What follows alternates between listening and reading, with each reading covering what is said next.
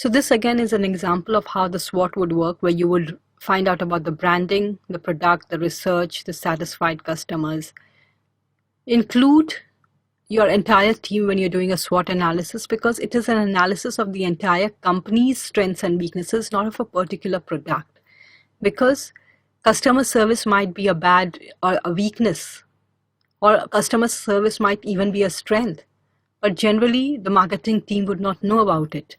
So the sales, the customer service, the product department, the finance department, everybody has to be involved when they're doing a SWOT analysis, because different perspectives give a better idea of what works and what not.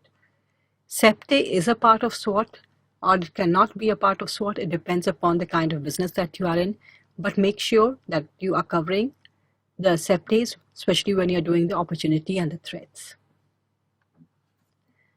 So let's see what the 7 P's of marketing are now. They are product, place, price, promotion, people, process, and the physical environment. Let's take all of them one by one and integrate them into our marketing plan.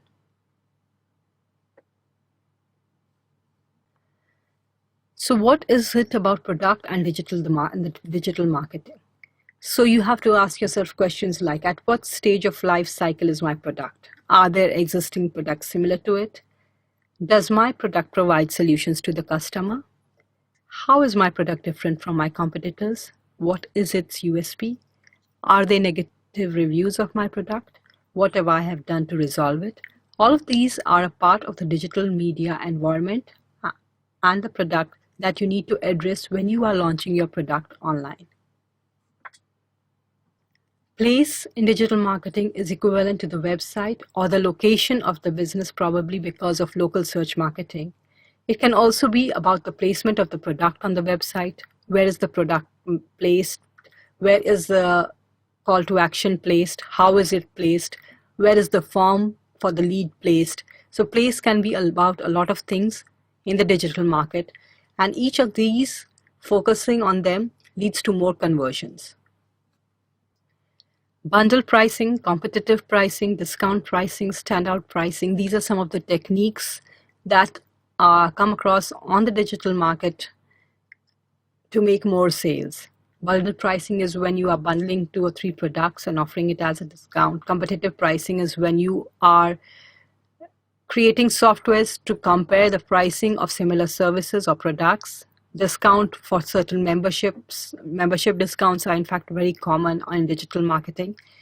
And standout pricing, this is a technique that comes across when you say the best buy or the most popular or the best deal for you. That's a kind of standout pricing which makes you feel like this is the best for me, and the decision to take that product takes out very little time compared to taking a decision on buying which product or comparing products. So the standout pricing is a technique used a lot in the service industry when they say, okay, buy this package and this package is suitable for you, and they make that package stand out compared to the other packages. Next we come to promotion, which everybody thinks like digital marketing is just all about promotion. So promotion, is it going to be subtle? Is it going to be slap in the face? Is it going to be aggressive? Generally, in digital marketing, subtlety is a big asset, because people don't like to be just marketed with products either online or offline. So in digital marketing, we generally follow the process of listening, contributing, engaging, and then becoming a leader when promoting our products. Audience profiling is one of the biggest assets of digital marketing. You know exactly what your audience preferences are and where they are located. Where is their geographic area? You can target a product by zip code. You can target advertising by zip code, which you cannot do in traditional marketing. There are plenty of weapons to target people. You can use any of the channels, you can use any of the media, you can use infographics, you can use audios, you can use blogs, you can use videos, you can use podcasts. The media available online is just amazing, and there are plenty of weapons to target your audience depending upon their preferences. So now that you have made your audience target, you've decided the strategy, you now have to get people into the sales process. What step number one is to get the people into the sales process? Is it to download the brochure? Is it to download a form? Is it to add a product to the cart? And once they are in the sales process or they have bought something, how are you going to make them take another action, like retain them or get them to do another purchase? These are all a part of the process that you have to find out in digital marketing. And certain processes, like if a person has bought a product, you can actually reach out to the same person again through email marketing. Or you can know the preferences of the kind of product a person is buying online if they are buying e-commerce, if they are from your e-commerce cart frequently. For example, my e-commerce vendor knows that I generally order a mobile cover every 6 months. So every 6 months I get a discount coupon for a mobile cover.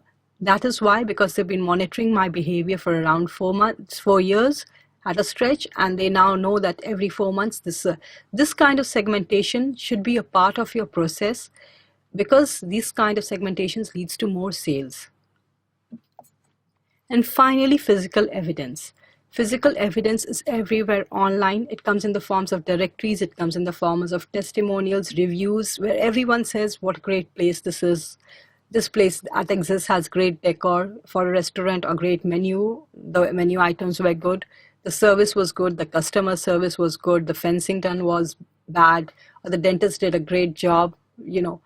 Things like these are about physical evidence, and they are endorsements of your business, which translates to physical evidence in traditional marketing. These endorsements are parts of physical evidence. So make sure they are there everywhere when you're doing your planning. Encourage your customers to leave reviews on whatever channel they are popular for. It can be G+, it can be Yelp, it can be Foursquare. So, and make sure that your processes or your sales process have a part that say, okay, endorse us, review us, or whatever. So where do we use the personas that we have made? Personas, if you remember, they are a part of the strategy that we are using to making a planning. So use those personas for the segmentation using the same language as your personas. Then map your personas to the content that you have created, because remember, planning for content was a big part of your planning. Allocate the budget, do the website redesign based upon the persona if needed, or you can even create dynamic content based on personas. Positioning is very important when you are creating your media or doing the creatives for your product. What does your product or service do? What need is addressed by the product and service for the benefit of the customer? List your features. Find out how the product should be bundled and packaged. Remember, positioning is about positioning a brand or product in the minds of the consumer. So that perception should be uniform across all channels. For example, if I want to come out as a company that sells glass frames, cool glass frames, it should be across all channels, be it the television, be it the radio, or be it digital media. That positioning has to be uniform.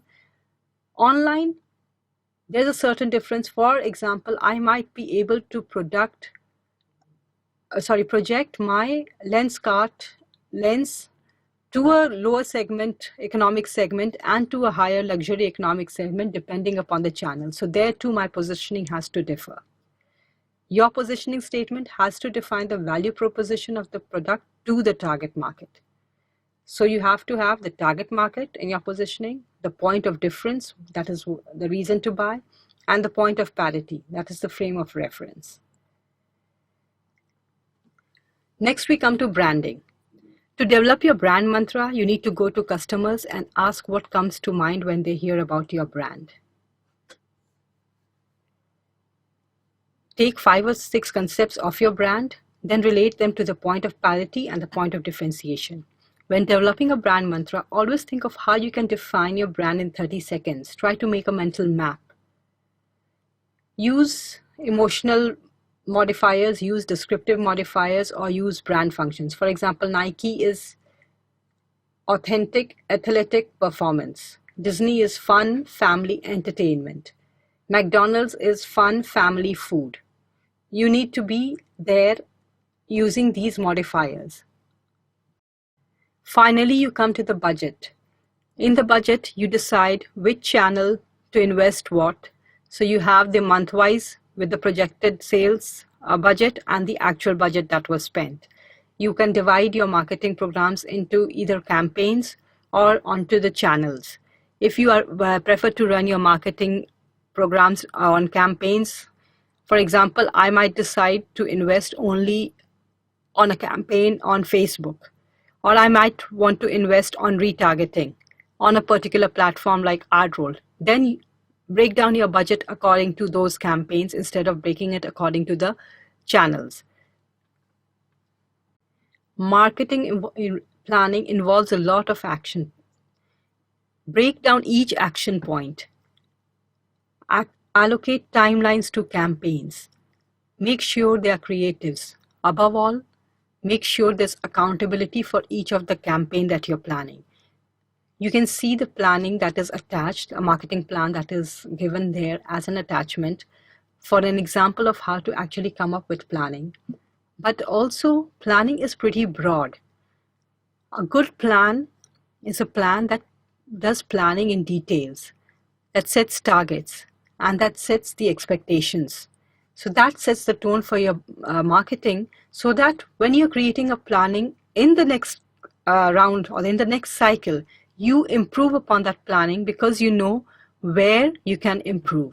So that is a good planning document.